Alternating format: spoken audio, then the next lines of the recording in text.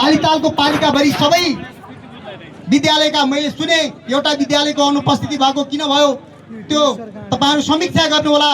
बाँकी सबै विद्यालयबाट यो आलितालको भविष्यलाई आलिताललाई भोलिका दिनमा सिङ्गो राष्ट्रमा अन्तर्राष्ट्रिय स्तरमा चिनाउनका लागि आफ्नो खेलको प्रतिभा देखाउनका लागि तपाईहरु उपस्थित हुनु भएको छ।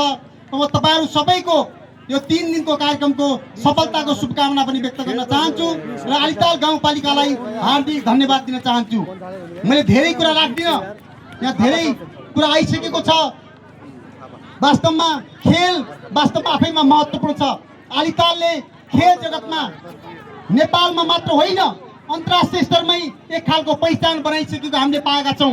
हिजोको दिनमा अन्तर्राष्ट्रिय खेल्ने खेलाडी भलिबल खेलाडी आलितालले उत्पादन गर्यो।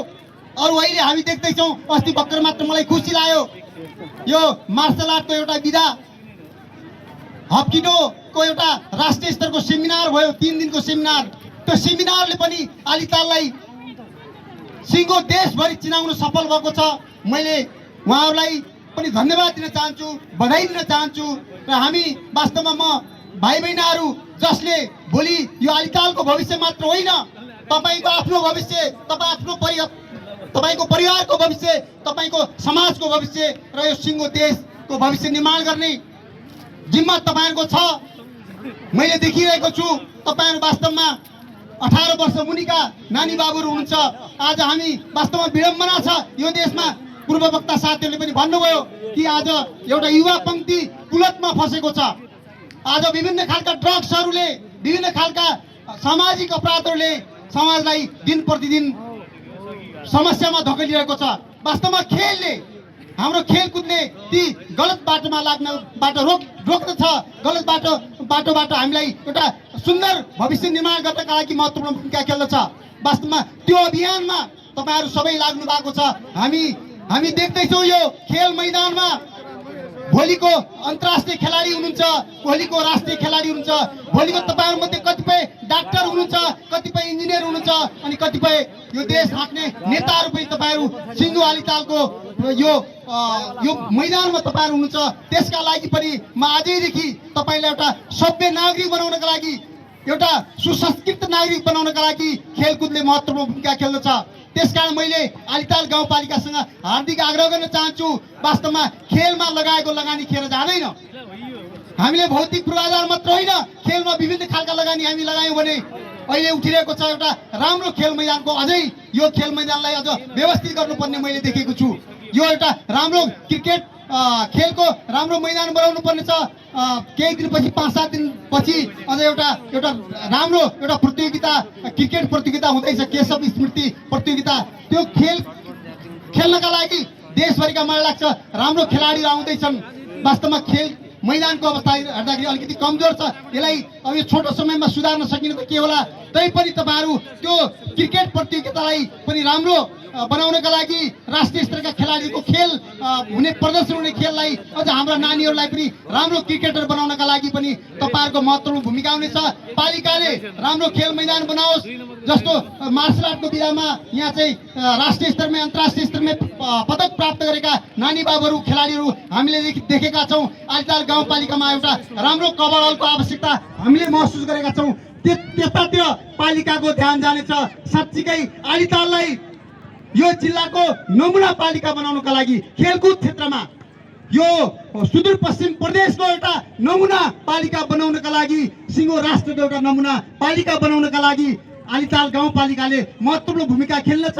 त्यसका लागि हामीले गर्नुपर्ने सहयोग तपाईहरुलाई होस्टेमा हैसियत गर्न हामी सधैँ तयार रहनेछौँ र हामी त्यो अभियानमा लागौँ। आलितालको पहिचान साँच्चीकै एउटा सभ्य र सुसंस्कृत नागरिक बनाउनका लागि, भोलिको राष्ट्रको भविष्य बनाउनका लागि आलितालको पहिचानलाई अझ उचाइका साथ अगाडि बढाउनका लागि हामी सधैँ तत्पर रहौँ। पालिकाले यथोचित रूपमा ध्यान दियोस्, लगानी लगाओस्, जसले भोलि आलितालको पहिचान यो देशभरि नै अन्तर्राष्ट्रिय स्तरमा स्थापित हो भन्ने पनि मैले यही तपाईहरुको यो शुभकामना मन्तव्य मार्फत यो खेल मैले आज यो राष्ट्रपति रनिङ सिल्डमा मलाई लाग्छ म पहिलो पटक यहाँहरुको बीचमा उपस्थित भएको छु। मलाई खुसी पनि लागेको छ। म धन्यवाद दिन चाहन्छु आलिताल गाउँपालिकालाई, यो आयोजक टिमलाई व्यवस्थापक टिमलाई मलाई निमन्त्रणा गरेर आफ्ना 2 शब्द राख्ने अवसर दिनुभएको छ।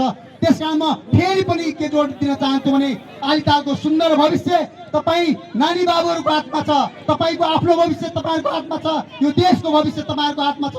त्यसकारण हामी यो आलितालको खेलाडी हो, यो आलितालको एउटा राम्रो इन्जिनियर हो, यो राम्रो डाक्टर हो, यो राम्रो वकिल हो भन्ने कुरा भोलिको दिनमा तपाईँहरू जो आज यहाँ यो मैदानमा हुनुहुन्छ तपाईँहरू नै भोलिको भविष्य हो। त्यसमा हामीलाई पनि गर्व गर्ने अवसर मिलोस् भोलिका दिनमा। साँच्चीकै भोलि त्यो ठाउँमा पुग्नका लागि हामीले गर्ने सहयोगका लागि हामी तयार रहनेछौँ। वास्तवमा खेलले तपाईँ हामीलाई एकताबद्ध गर्छ, खेलले तपाईँ हामीलाई अनुशासित बनाउँछ। वास्तवमा अब यहाँ खेल सुरु होला, आज कति हुन्छ, भोलि होला, पर्सि होला। खेल खेल्दाखेरि तपाईँहरू आफ्नो विद्यालयको टिम प्रतिस्पर्धा गर्दाखेरि तपाईँहरूको मुटु ढुकढुक गर्छ। वास्तवमा जिते हुन्थ्यो भने तपाईँहरूलाई एक आपसमा बाँच्छ, तपाईँहरूलाई आत्मीय बनाउँछ, तपाईँहरूलाई एकताबद्ध बनाउन सहयोग हुन्छ। जसरी भोलि हामी राष्ट्रिय स्तरको खेल खेल्दाखेरि सुदूरपश्चिमको टिममा आलितालको खेलाडीहरू पऱ्यो भने त्यो बेला हाम्रो मुटु ढुकढुकवाला कसरी सुदूरपश्चिमले जित्छ। भोलि यो देशले अर्को कुनै भारत लगायतका अरू कुनै देशसँग खेल्दाखेरि हाम्रो मुटु ढुकढुक जसरी हामी अस्ति भर्खरै एनपिएल भयो, एनपिएलमा हामी सुदूरपश्चिमलाई जिताउनका लागि साँच्चीकै हामीले कति प्रार्थना गऱ्यौँ, कति कामना गऱ्यौँ। वास्तवमा खेल भनेको यस्तो चिज हो जसले भावनात्मक रूपमा तपाईँ हामीलाई जोड्छ, एकताबद्ध बनाउँछ, अनुशासित बनाउँछ र सुन्दर समाज निर्माण गर्ने बाटोमा अगाडि लाग्छ भन्ने मलाई लागेको। त्यसकारण आलितालको खेललाई समृद्ध बनाउनका लागि, आलितालको खेललाई राम्रो बनाउनका लागि आलिताल गाउँपालिकाले महत्त्वपूर्ण भूमिका खेल्ने छ भन्ने हार्दिक शुभेच्छा व्यक्त गर्दै तपाईँहरूको यो कार्यक्रमको, यो 3 दिनको कार्यक्रमको पूर्ण सफलताको कामना गर्दै म लामो समय नलिकन तपाईँहरू बिदा हुन्छु। फेरि पनि मलाई यो कार्यक्रममा आमन्त्रण गरेर आफ्ना 2 शब्द राख्ने अवसर दिनुभएकोमा म पालिका परिवारलाई, यो व्यवस्थापक सरस्वती मावि भित्री सैन परिवारलाई र सिङ्गो तपाईँ सबै आलितालवासी आमा बुवा दाजुभाइ तथा दिदीबहिनीलाई हार्दिक आभार व्यक्त गर्दै बिदा हुन्छु। धन्यवाद, नमस्कार।